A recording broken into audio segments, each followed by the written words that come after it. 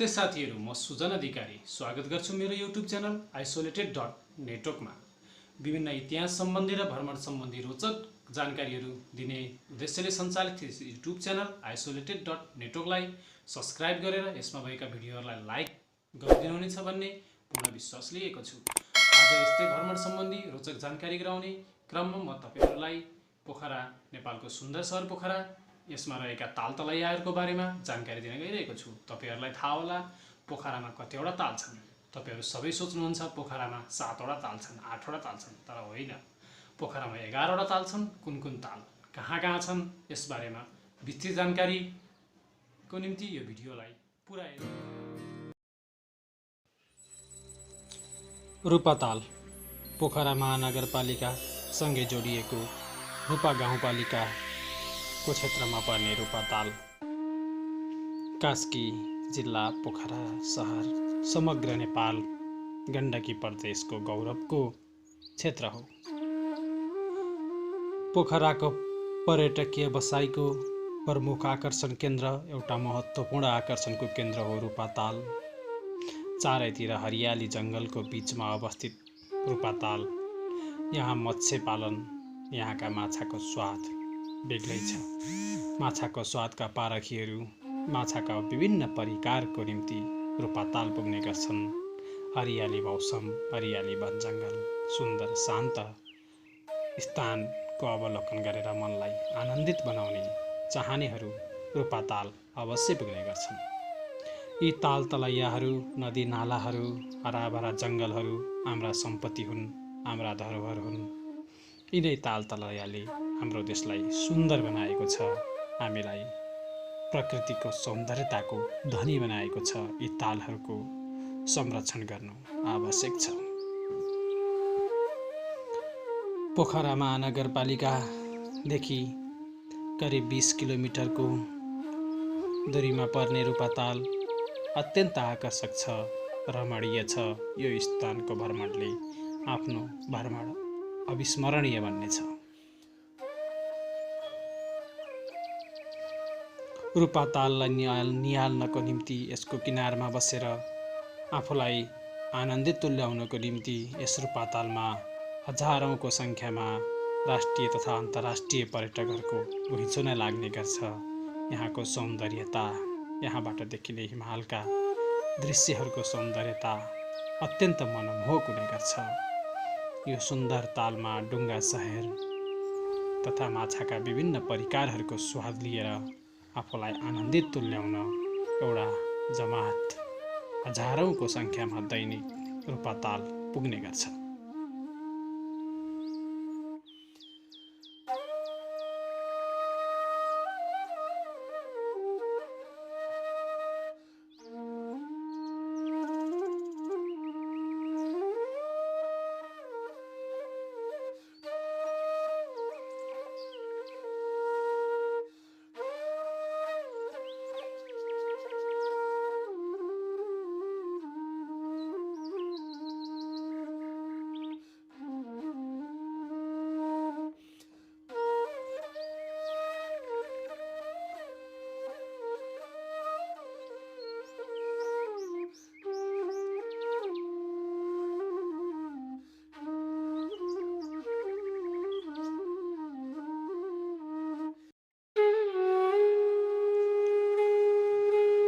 सुन्दर पोखरा सुन्दर त्यसै होइन, विभिन्न सुन्दर स्थानहरूले नै पोखरालाई सुन्दर बनाएको हो। यहाँको सुन्दरताको अर्को महत्त्वपूर्ण कडी हो बेगनास ताल।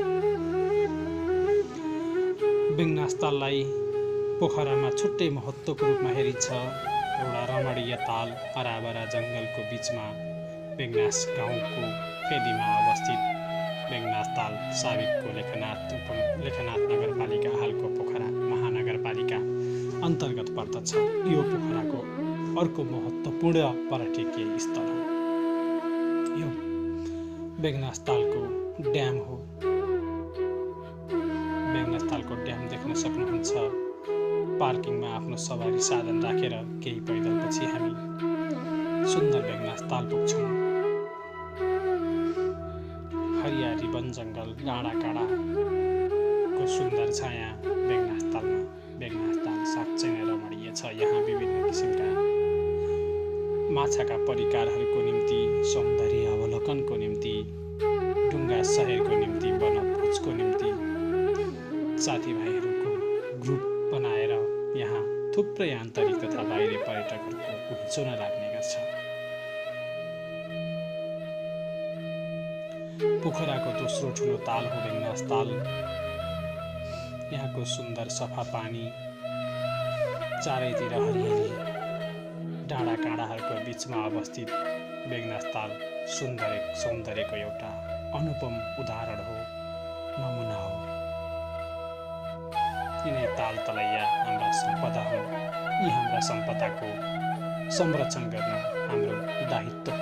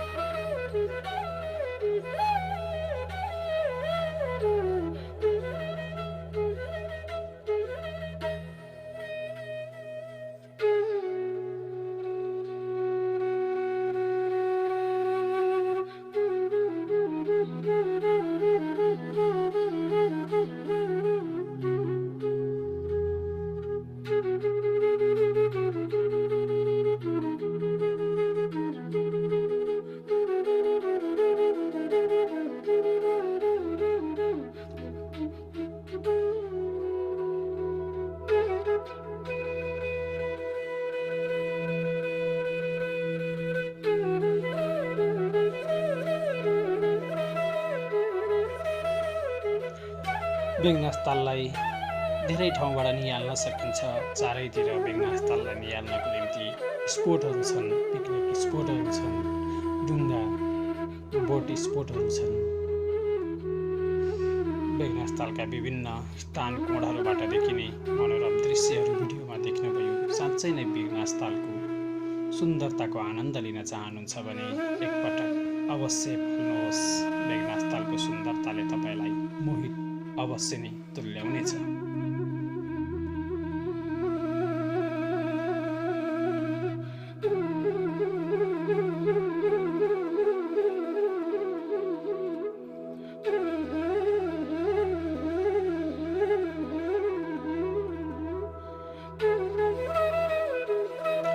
त्यस्तै अर्को महत्त्वपूर्ण ताल हो दिपाङ ताल। यो ताल पनि साबिकको लेखनाथ नगरपालिका, हालको पोखरा महानगरपालिकामा अन्तर्गत पर्दछ। यो ताल पनि चारैतिर हरियाली डाँडाहरूको बिचमा रहेकोले अत्यन्त सुन्दर छ, तर संरक्षणको अभावमा बिस्तारै कुरूप बन्दै गएको छ। चारैतिरबाट अतिक्रमण भइरहेको छ, पुरिँदै गइरहेको छ। दिपाङ ताल पोखरेलीहरूको निम्ति आकर्षण वनभोज स्थल हो। यहाँ वनभोजको घुइँचो नै लाग्ने गर्छ। यो सुन्दर ताल संरक्षणको पर्खाइमा छ। हाम्रो यो धरोहर, हाम्रो यी सम्पत्तिलाई हामी सबै मिलेर संरक्षण गर्नुपर्छ। विभिन्न स्थानहरूबाट, राष्ट्रिय स्तरबाट, स्थानीय स्तरबाट वर्षेनी करोडौँको रकम ताल संरक्षणको नाममा निकास भएको हामी सुन्छौँ, देख्छौँ, पढ्छौँ पत्र पत्रिकाहरूमा। तर वास्तवमै स्थलगत रूपमा सम्बन्धित क्षेत्रमा गएर हेऱ्यो भने त्यो विश्वासै गर्न सकिन्न, किनकि यहाँ संरक्षणको कुनै प्रयास भएको नै देखिन्न। पैसा आउँछ जान्छ, कसको खल्टीमा पत्तो नै छैन। यो सुन्दर दिपाङ ताल पनि संरक्षणको पर्खाइमा छ। हामी सबै मिलेर यसको संरक्षण गरौँ। हाम्रा यी राष्ट्रिय सम्पत्तिहरूको जगेर्ना गरौँ।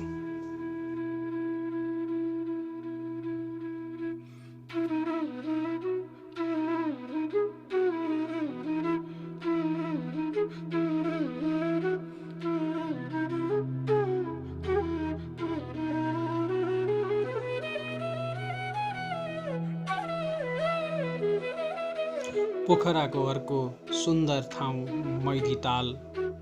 तालै तालको सहर पोखरा, तालै तालको जिल्ला कास्की, तालै तालको प्रदेश गण्डकी, तालै ताल सुन्दरताको देश नेपाल। हाम्रो सुन्दरताको अर्को प्रतिमूर्ति मैदी ताल आज पूर्ण रूपमा लोप भएको जस्तो देखिन्छ।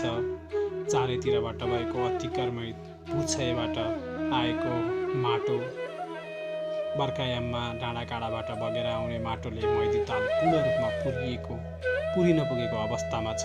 यो तालको लागि संरक्षणको लागि केही प्रयासहरू भएको त देखिन्छ, तर ती प्रयासहरू अपर्याप्त छन्। सायद इच्छा शक्तिको कमजोरी र झारा टाढै जनताको आँखा छलेर पैसा खान पल्किएका केही हाम्रा शासकहरू, केही हाम्रा प्रशासकहरूले हामीलाई अन्धकारमा डुबाएका छन्। ताल संरक्षणको नाममा आएको बजेट आफ्नो खोल्टीमा राखेर ताललाई यसरी कुरूप बनाएका छन्।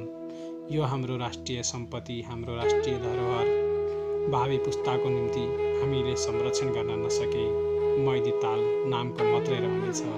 केही वर्षपछि यस स्थानमा प्लटिङ भएर ठुला ठुला बिल्डिङहरू बनेको देखिनेछ। यसको जतिसक्दो छिटो संरक्षण गर्नु आवश्यक छ। त्यस्तै अर्को सुन्दर ताल हो खास्टे ताल। पोखरा महानगरपालिकामा पर्ने, कास्की जिल्लामा पर्ने यो खास्टे तालको आफ्नै महत्त्व छ। खरानी फाँटमा अवस्थित यो खास्टे तालबाट हिमालका सुन्दर दृश्यहरू, माछाका विभिन्न परिकारहरू, अत्यन्त मनोरहक स्थानमा रहेको खास्टे ताल पनि आज संरक्षणको अभावमा गुहार मागिरहेको छ। यहाँ स्विमिङको मजा लिइरहेको देख्न सक्नुहुन्छ। राष्ट्रिय झन्डा, स्थानीयहरूले एउटा राष्ट्रिय झन्डा राखेर केही संरक्षणको प्रयास गर्न खोजेको जस्तो देखिन्छ, तर स्थानीयले सहयोग गर्ने हो। स्थानीयको मात्र पूर्ण प्रयासमा संरक्षण सम्भव छैन। संरक्षणको पूर्ण प्रयास प्रशासकले गर्नुपर्छ, शासकले गर्नुपर्छ, सरकारले गर्नुपर्छ। स्थानीय सरकार, प्रदेश सरकार, केन्द्रीय सरकार, 3 तहका सरकारहरू छन्। लाखौँ करोडौँ बजेट ताल संरक्षणको नाउँमा आउँछ, तर ताल भने दिनादिन पुरिँदै गइरहेको छ। संरक्षणको अभाव देखिन्छ। खास्टे तालको संरक्षण गरी भावी पुस्ताको निम्ति यो तालको संरक्षण गर्ने यो हाम्रो सम्पत्ति हो।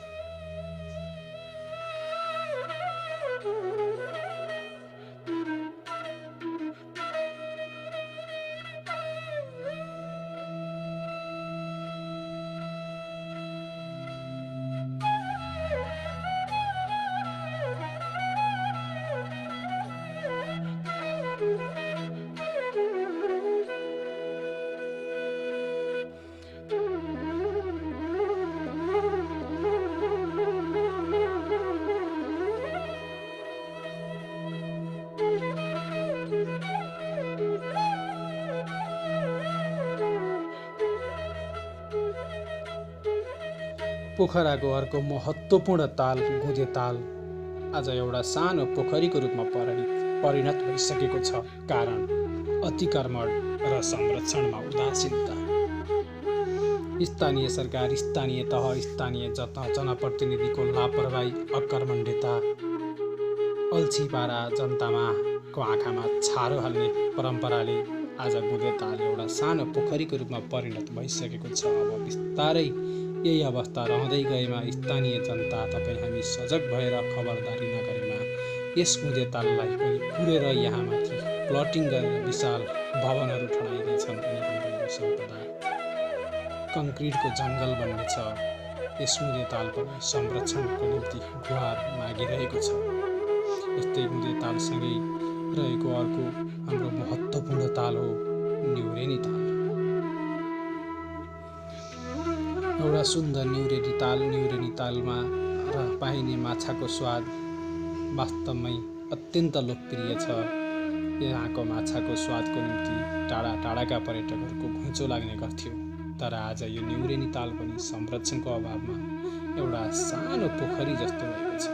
यसलाई ताल भन्दा बाहिरबाट आउने पर्यटकहरू अचम्मित हुन्छन्, यो कसरी ताल हो? योभन्दा ठुलो त हाम्रा देशमा स्विमिङ पुलहरू हुन्छन्। तर यसको विशाल क्षेत्रको रेखाङ्कन देखायो भने दङ्ग पर्छन्। यसरी ताल पुरेर गर्न खोजेको के? यही हो त नेपाल। नेपालका प्राकृतिक स्रोतहरू, नेपालका प्राकृतिक सम्पदाहरूको संरक्षण यस्तो हुन्छ त? यो प्रश्नले तपाईँ हामी राष्ट्रप्रेमी जनतालाई सधैँ जगजगाइरहनेछ। आखिर कहिलेसम्म हाम्रा प्राकृतिक सम्पदाहरूमाथि यसरी दोहन चलिरहन्छ, लुटतन्त्र चलिरहन्छ? यी महत्त्वपूर्ण तालसँगै अब हामी पोखराको प्रमुख आकर्षणतर्फ लाग्दैछौँ, फेवा ताल। मेरो यस युट्युब च्यानललाई सब्सक्राइब गरिदिनुहोला।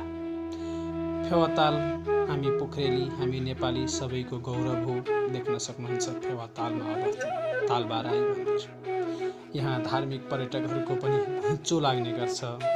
फेवा ताल नै पोखरा हो, पोखरा नै फेवा ताल। फेवा ताल छैन त पोखरा छैन।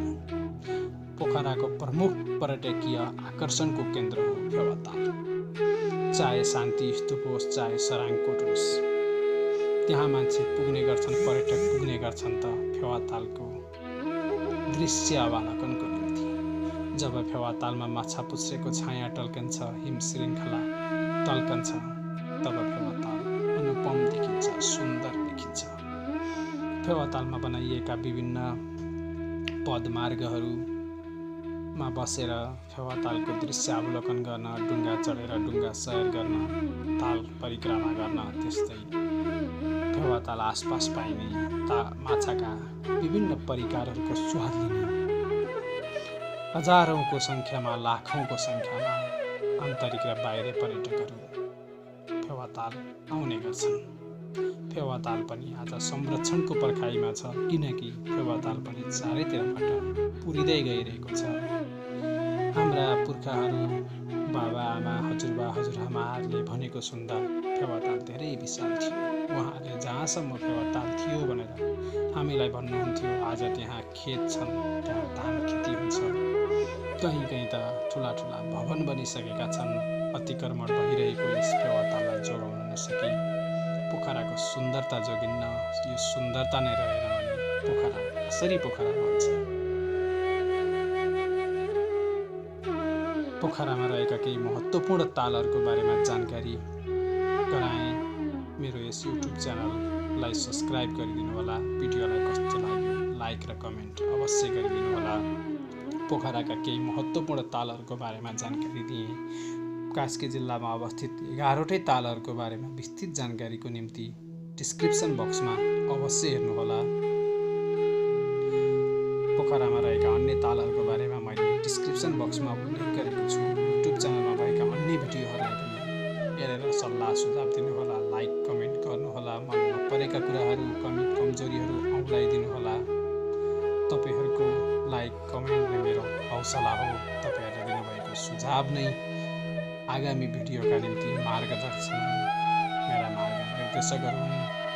हजुरहरूले लाइक कमेन्ट सब्सक्राइब गर्नुहुन्छ भन्ने पूर्ण विश्वास लिएको छु।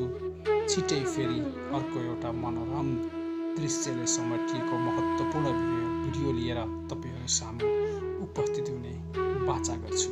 भिडियोलाई लाइक कमेन्ट र युट्युब च्यानल isolated.networkलाई सब्सक्राइब गर्न नबिर्सिनुहोला। भिडियोको बारेमा तपाईँलाई चित्तबुद्ध लाग्यो भने आफ्नो सामाजिक सञ्जाल फेसबुक, ट्विटर, इन्स्टामा सेयर गरिदिनु होला। यति भन्दै फेरि पनि अन्तिममा भिडियो हेरिदिनु भएकोमा हार्दिक धन्यवाद व्यक्त गर्दै मेरो यस युट्युब च्यानल isolated.networkलाई सब्सक्राइब गरिदिनु होला भन्न चाहन्छु। धन्यवाद। शुभ दिन, शुभ समय।